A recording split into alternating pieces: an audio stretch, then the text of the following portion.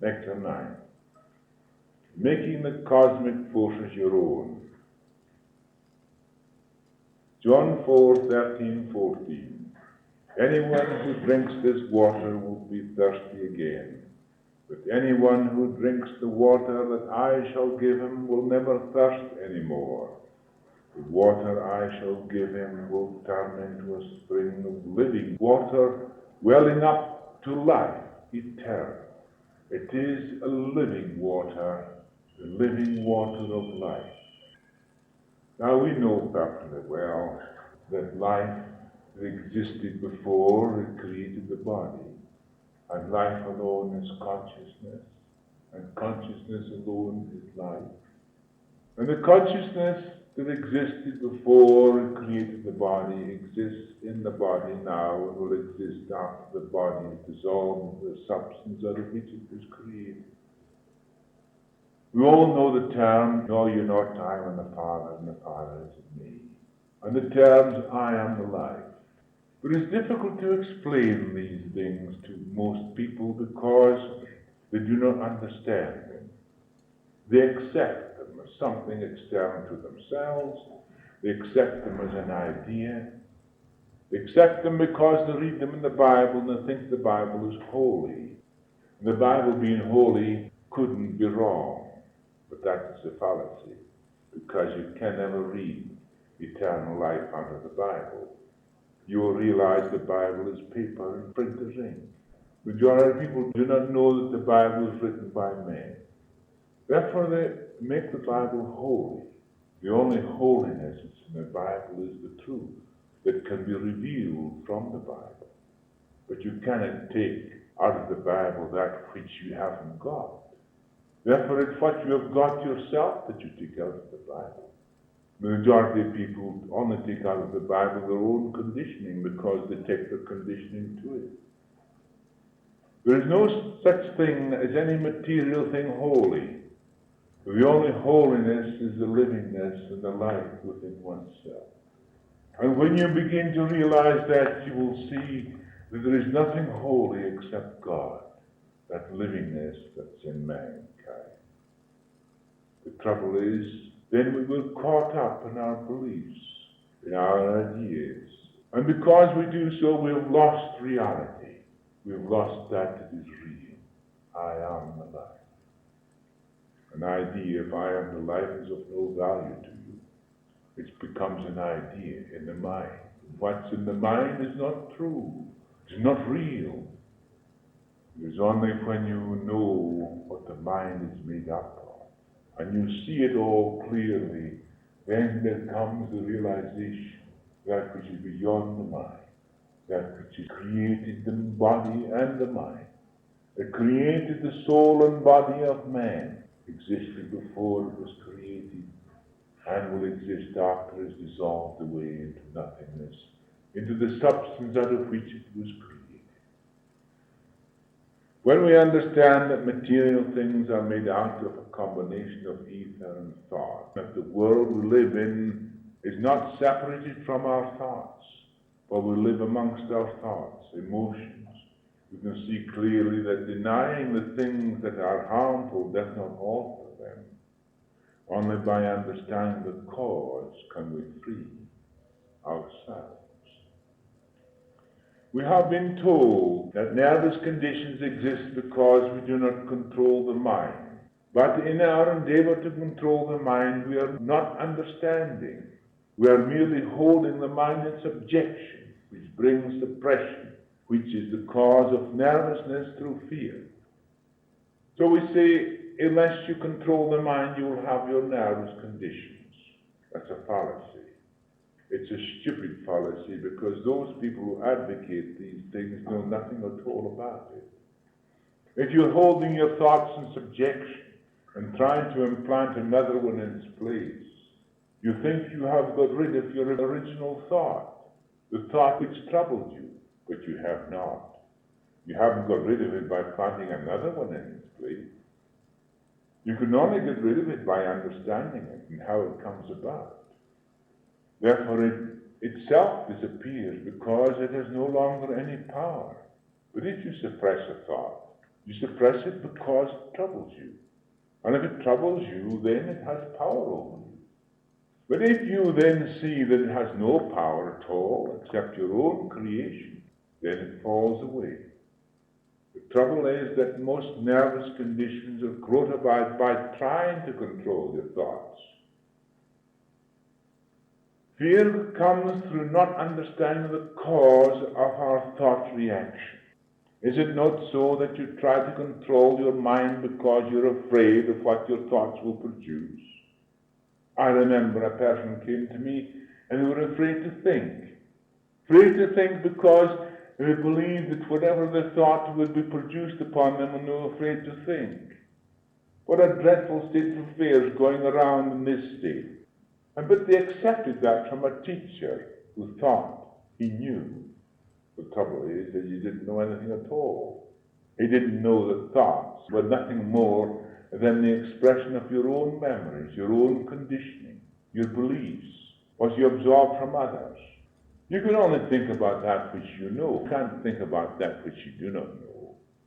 But when you do see all the things you know are your own creations, you will know how your own thoughts are produced.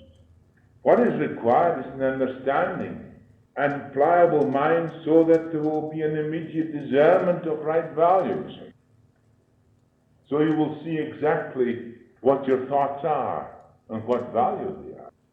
But you're caught up in your memories.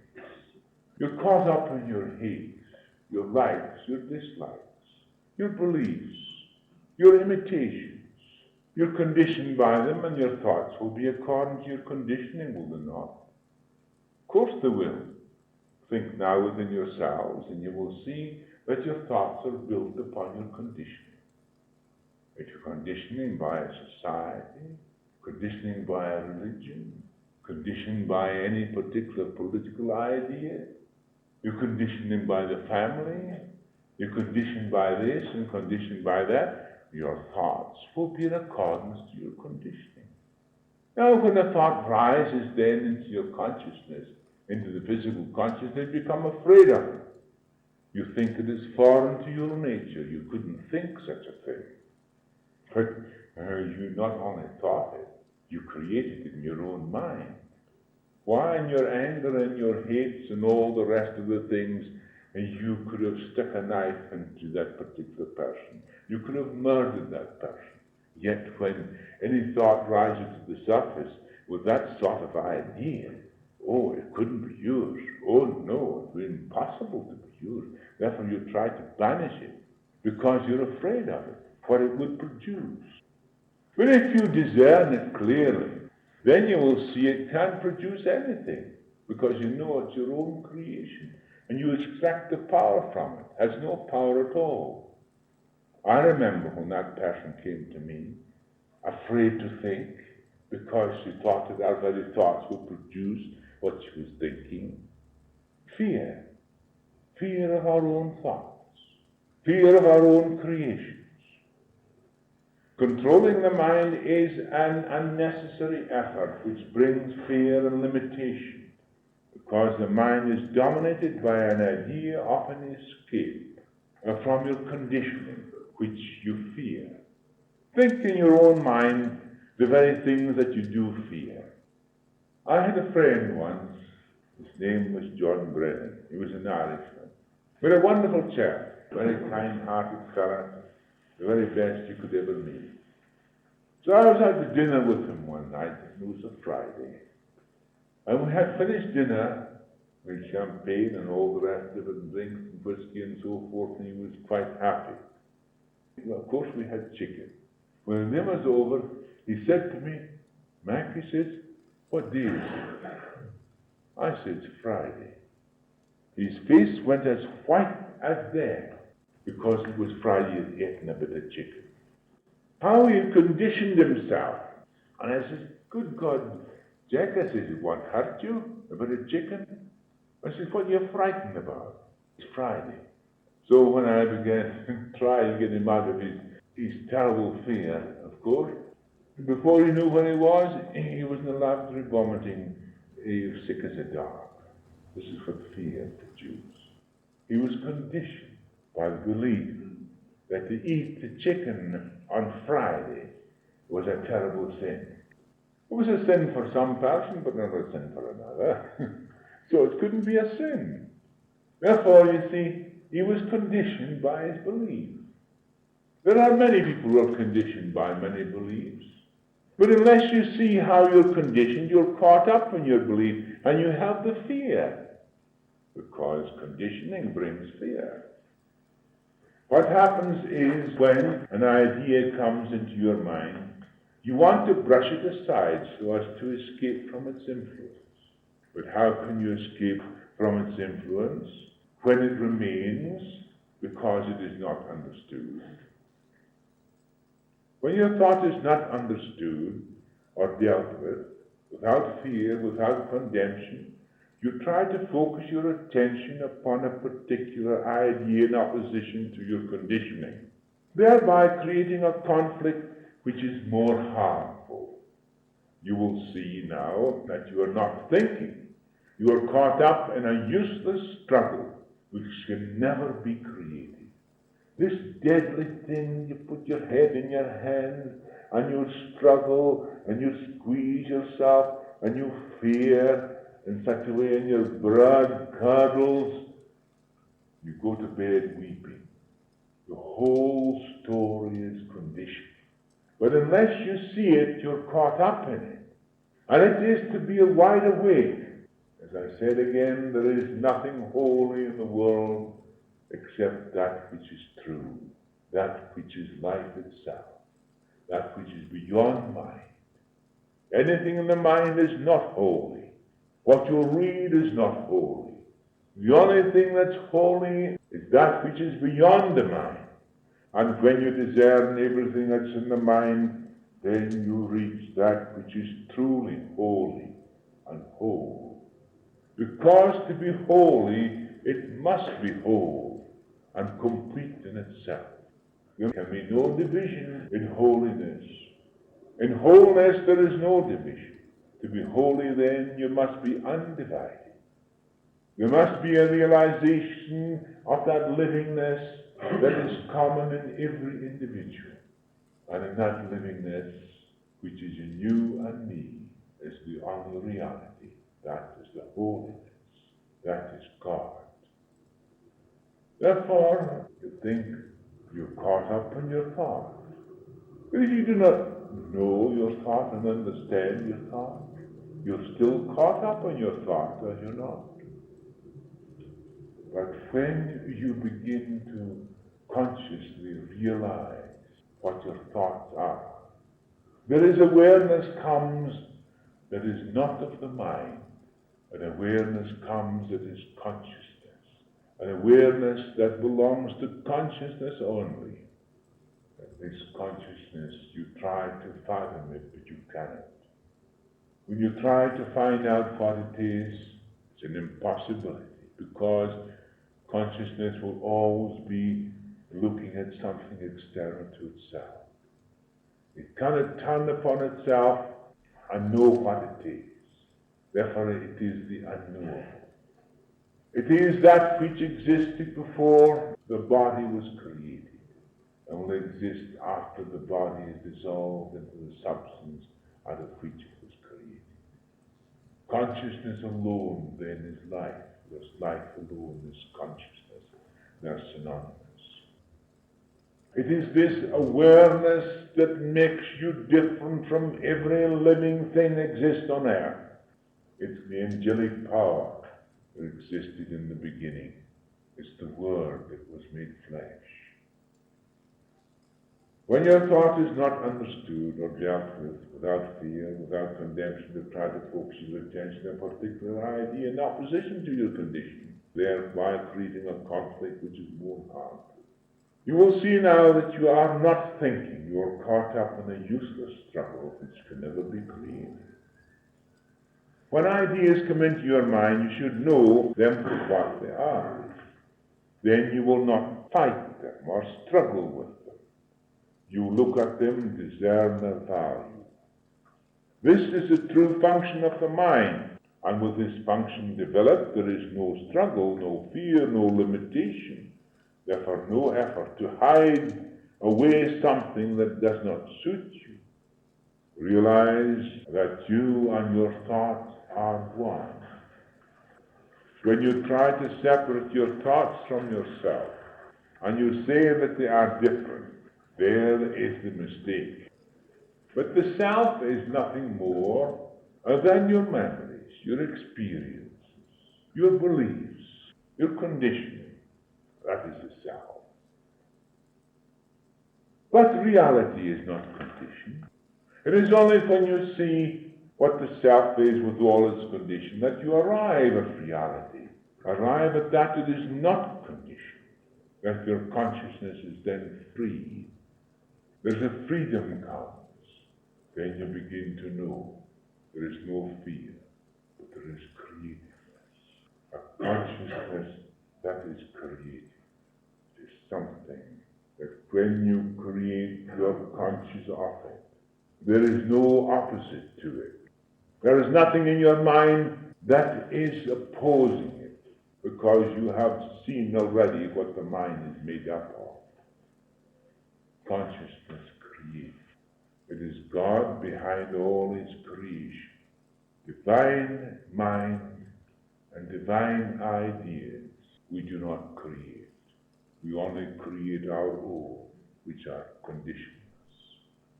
But when we recognize these things, how and where we have been conditioned, then we reach the divine idea, which we do not create.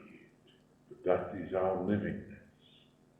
The very God who lives in each and every one of us is the livingness that is in common to us all. Unless we see that, then we are caught up in division, which is an illusion. A mind that is of value to one is one which there is no conflict, no strain. Where there is no such struggle, there is peace. You do not create peace. Immediately turmoil ceases, there is peace.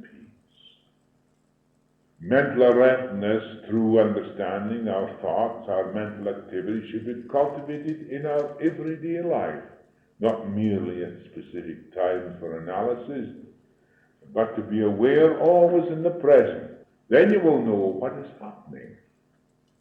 Anything that is contrary to our happiness and the happiness of your fellows, then would be a bad. So, what do we generally do? We're caught up daily in our thoughts, feeling reactions. In our ignorance, we continue to think and feel according to our own conditioning. We try to protect ourselves, protect our conditioning against others who are conditioned, and you struggle. And by doing so, you create the very thing that you are struggling for, or struggling about. But if you are constantly aware of your own thought, feeling, reactions, what happens? There is immediate dissolving of these things, and you become free. Now the mind and the body are one and the same. The body is but the sounding board of our thoughts and emotions. And if we will realize that, we will discern our thought, feeling, reactions now in the present. Then there will be no need for going into the past and trying and unfathom and unravel the cause of your conditioning. If you are aware now of your thought, feeling, reaction, you will know immediately what is wrong. And therefore, being aware of these things, they fall away from you. Your own health, success, and happiness is secured through cooperation and understanding your fellows. And this can only be done when you understand yourself. Self-knowledge is the gateway to wisdom and truth. Most people who imagine they are spiritual are straying through struggle between good and evil. They imitate and are caught up in the conflict between right and wrong. True being is and comes when we discern the false. Then there is no need to imitate, to conform when you know the false. For then you know the false, you will know what is true. But if you crave for something, spiritual or otherwise, you will pursue your craving, which will lead to frustration, sorrow, and conflict. If I crave for that which is spiritual, I crave for something that seems to be outside myself. But as I see all that is not spiritual, then I arrive at that which is spiritual. Now, without struggle. But in my craving I struggle. Yes, the great saying, son, all that is mine is thine. We were always together, and what is mine is thine. To the majority of people, that is merely an idea. The words sound nice, and you will think, well, now I'll think what's God is mine. You see, all the time you're caught up in your conditioning. How can it be so when you're still struggling, when you're still craving? But if you know what craving is, craving for something that is beyond yourself, if you knew that it was within you, it was really here now at this moment, you wouldn't crave for it. If a craving takes you away from it, when you see what craving is, you see all the falseness of the creation of your own mind. You will see then the opposites exist in your mind. The having and not having is mental. The rights and the wrongs and the hates and the pleasures and the joys are all mental. You hate one person and love another person. Why do you hate one person and love another person? Have you looked into your mind to see why you do that? You will find the answer. But true love is something that is so priceless. It's a livingness, and nothing can change. You may love a person today, tomorrow you may hate them. Why? Because they acted different to your conditioning. And in fact, your conditioning was the cause of your hates. But if you see what your conditioning is, you will strip yourself of all these things that are preventing the expression of that love. That love that knows no conditioning, that knows no fear, is never afraid. It's not loving one day and hating another. It's not loving one person and hating another person. Because if you love one person and hate another person, you can't be a loving person. Or if you are kind to one person and unkind to another person, you are not a kind person. Perhaps you think you're kind because you're kind to someone. But think how often you have been unkind to another person. Least you do unto one of these, so you have done unto me. Some think they can find the happy medium, a balance between good and evil. Your mind then becomes a center of conflict. The mind is free only through understanding that good and evil grow on the same tree and has its roots, and that root is in man's mind only. It is the discerning what is made up in the mind and seeing that it has no foundation apart from man's mind. Therefore it has no foundation in truth. Truth is not made up in the mind, and what is made up in the mind cannot be truth. But truth is, and is now, ever present. A livingness that is yours and mine. Why is it then that this livingness is not giving expression to itself in freedom, in love, and goodwill? Is it not because of our divisions, of our beliefs, our separateness? It's easy to see the cause. But if you do not see the cause, then you're caught up in the cause. And you cannot be free. Is it not a fact that our leaders today, all over the world, are immature? Why are they immature?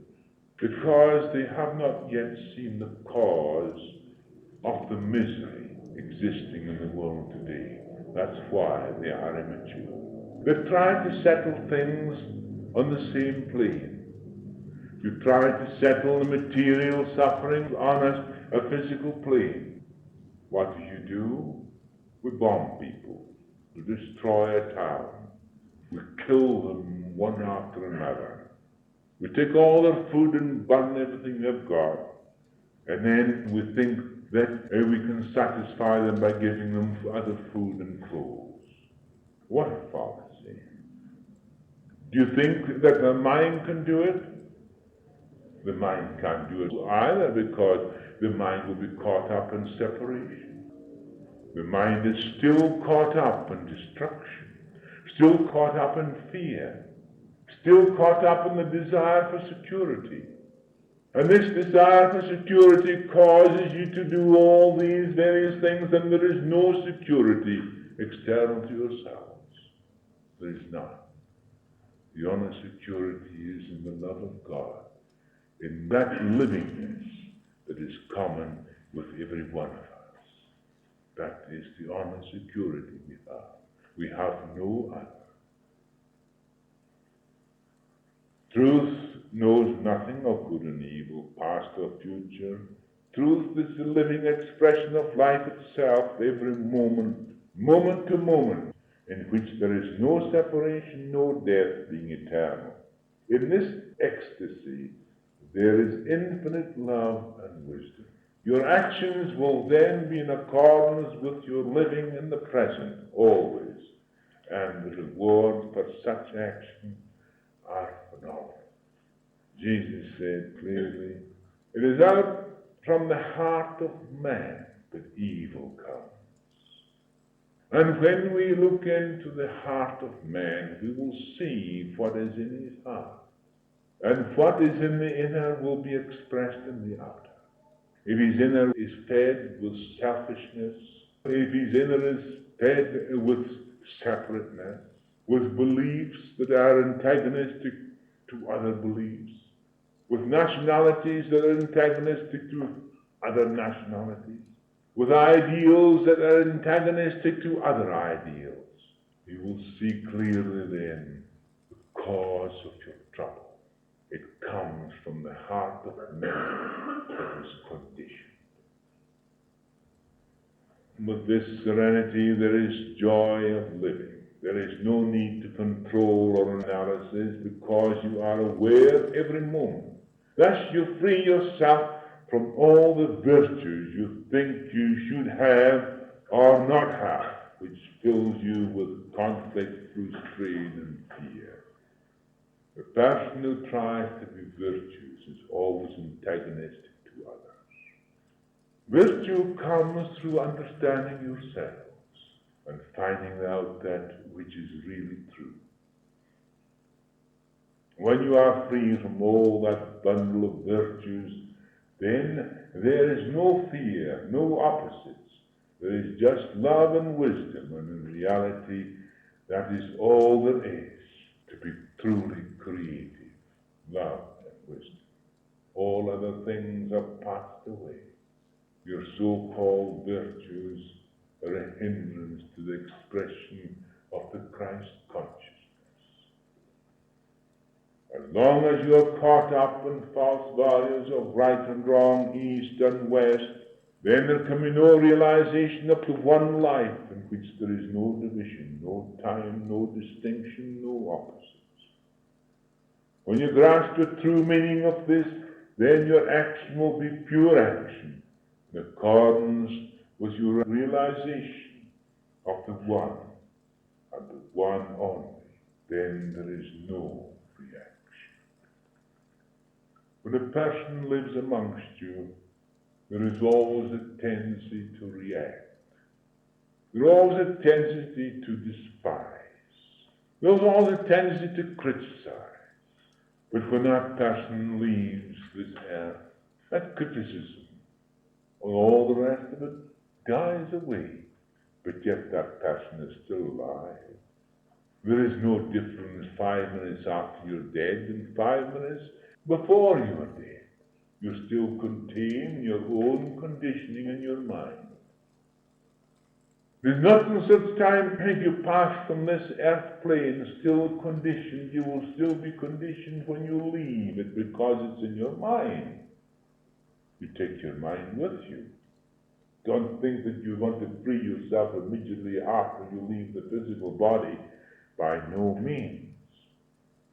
That freedom is easier, naturally, because you got rid of that physical organism through which you are thinking and feeling, which is in a slower and deader vibration.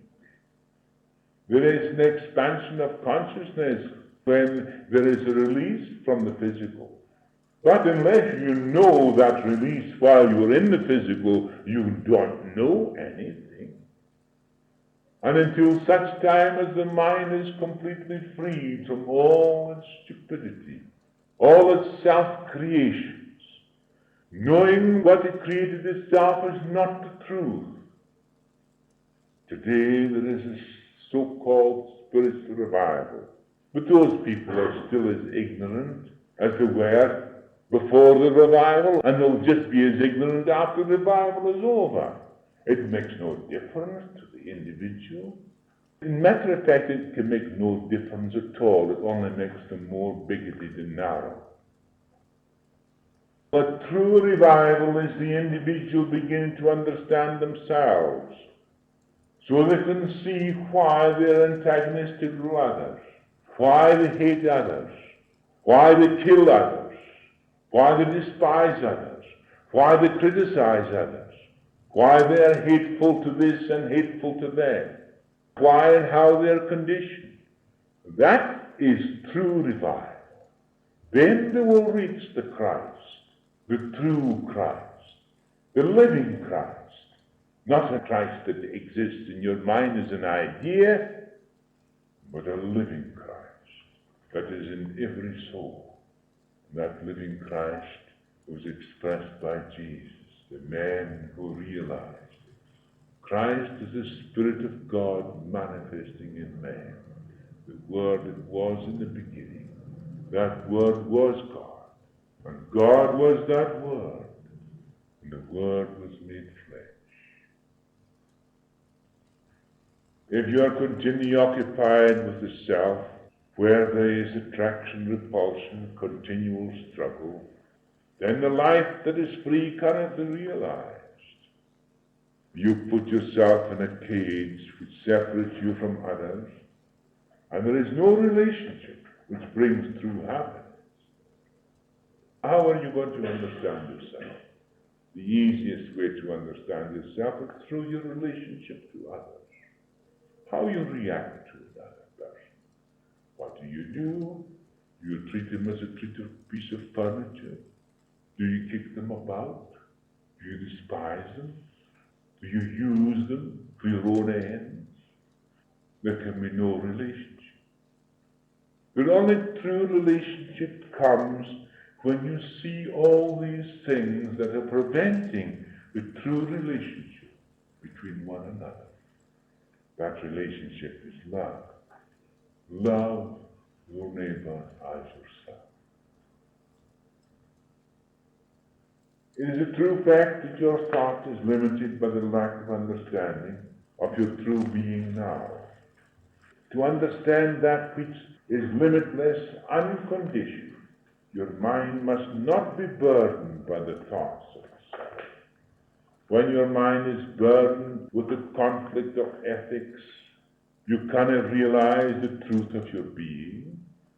But if your mind is no longer bound by ethics, by virtues, by distinctions, by separation, by divisions, then you will comprehend what I mean by spontaneous action, free from reaction, free from time, free from separateness, in which there is no opposition. My word shall not return unto me void, but will accomplish that which is sent forth to do. Your word can never accomplish that which is sent forth to do when you're caught up in all these things. The word is free because the word is the word of the Spirit, consciousness of God in man, knowing what is false, has freed itself from all the falseness of the self, of all the hates, the separation that exists in man's mind. And in that complete unity that exists now, the word is spoken. And as the word is spoken, so it takes place everywhere. What do I do when people ask for help?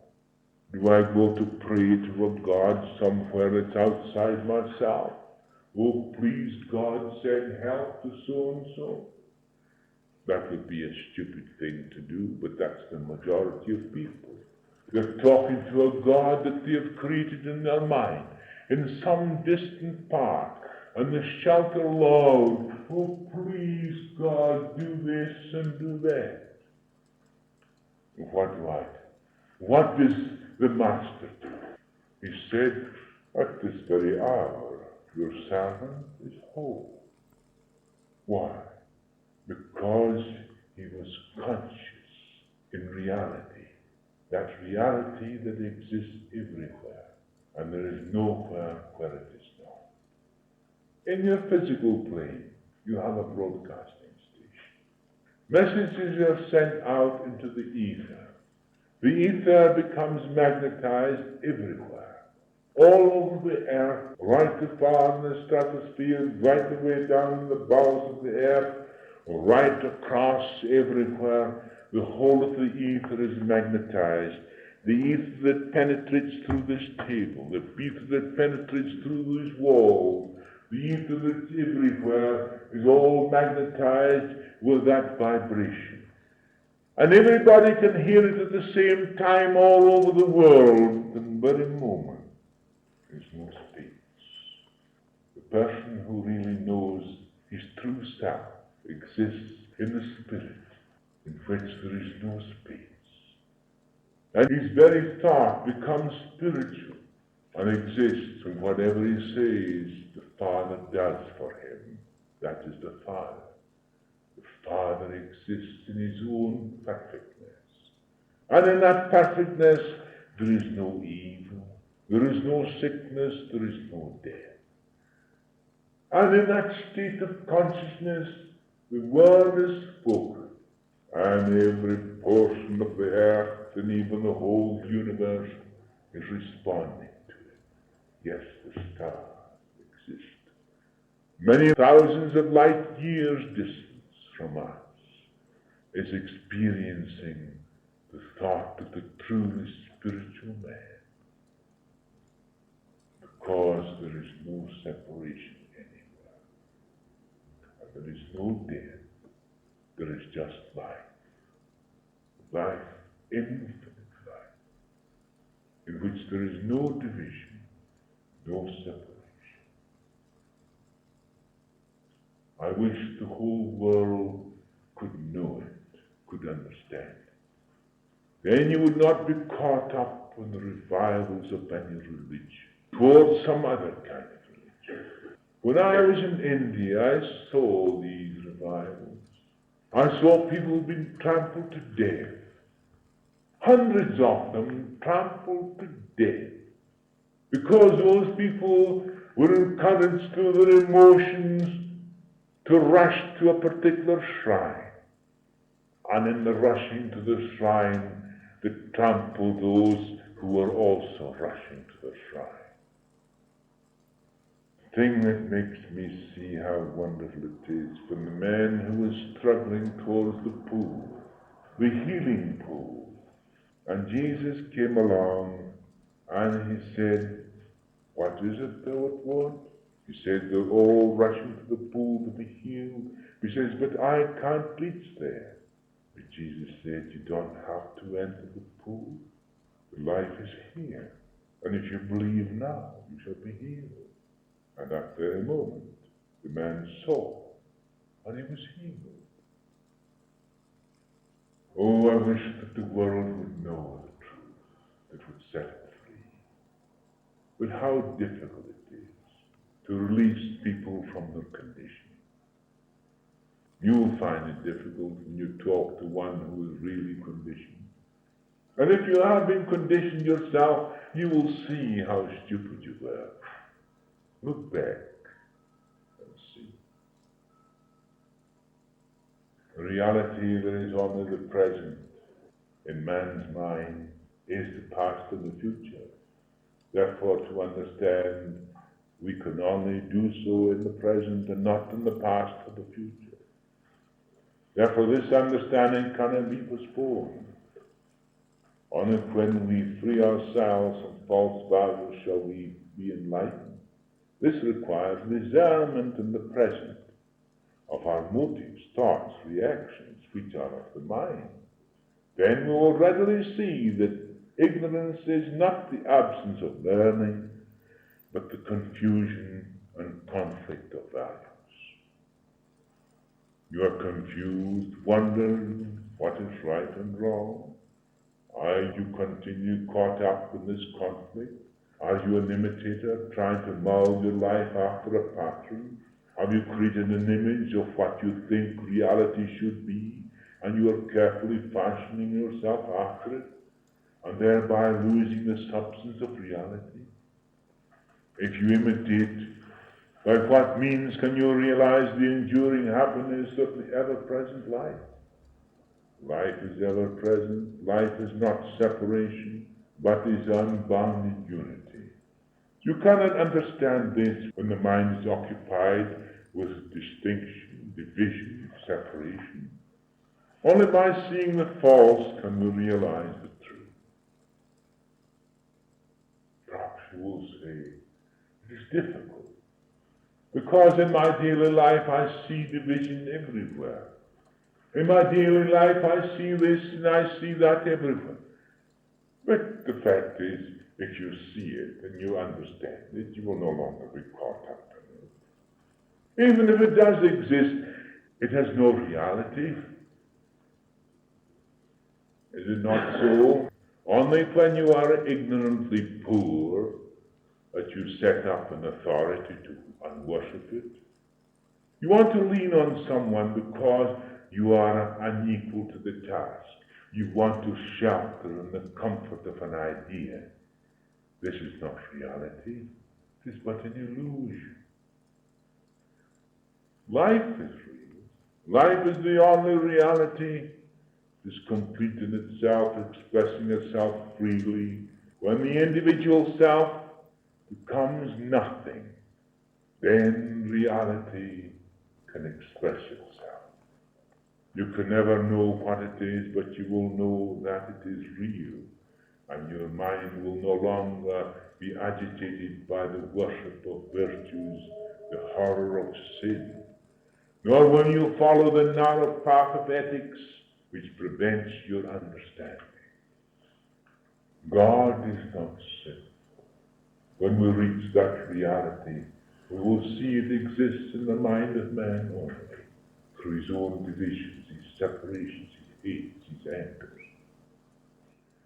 The secret is discerning the false.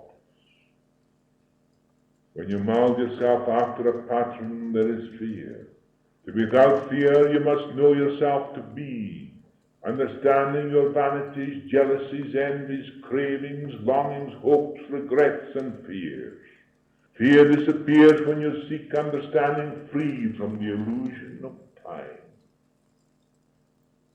If we can perceive our emptiness and understand it, then we can dissolve the cause of our emptiness. Then there will be true understanding of life in the present, which is eternal. Then the ever-expanding consciousness will always be the reality, while all external to itself can be discerned with wisdom. It is the one infinite life that is ever expressing itself in love and wisdom, and in that life there is no separation. division. Only when you limit its action through narrow, bigoted beliefs do you prevent its freedom in your own life here and now.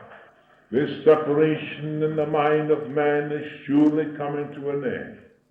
That specific current of light flowing from the supreme fountain of life itself, through majestic angels of the sun world, is now asserting its presence upon the earth which it created. This life is charged with knowledge and understanding, heralding the new coming age of man's understanding. John 10:34-35-36. Jesus answered, "Is it not written in your law, I said you are gods?" The law said that they were gods to whom the word of God came. The scriptures cannot be broken. Do you mean to tell me, whom the Father consecrated and sent into the world, you are blaspheming because I said, I am God's son? I am God's son. What a wonderful truth. Benediction. Beloved life, thou art real to those who lose themselves in dream. When I expressed my individual self, I did not know thee, for I was caught up in the worship of virtue, the horror of sin, and was full of fear. When I perceived I was following a narrow path of ethics, a plan that led to emptiness, then from within me that silent voice spoke, in the very depths of my being, I am, and I am the only one. There is none other beside me. I live only in the present which is eternal. There is no other time, and thou art one with me. It is I who live in you. You live in me, and I live in you. Seek not virtue or reward. Then my wisdom and love will be yours. I thank thee, O beloved one. I now know that life alone is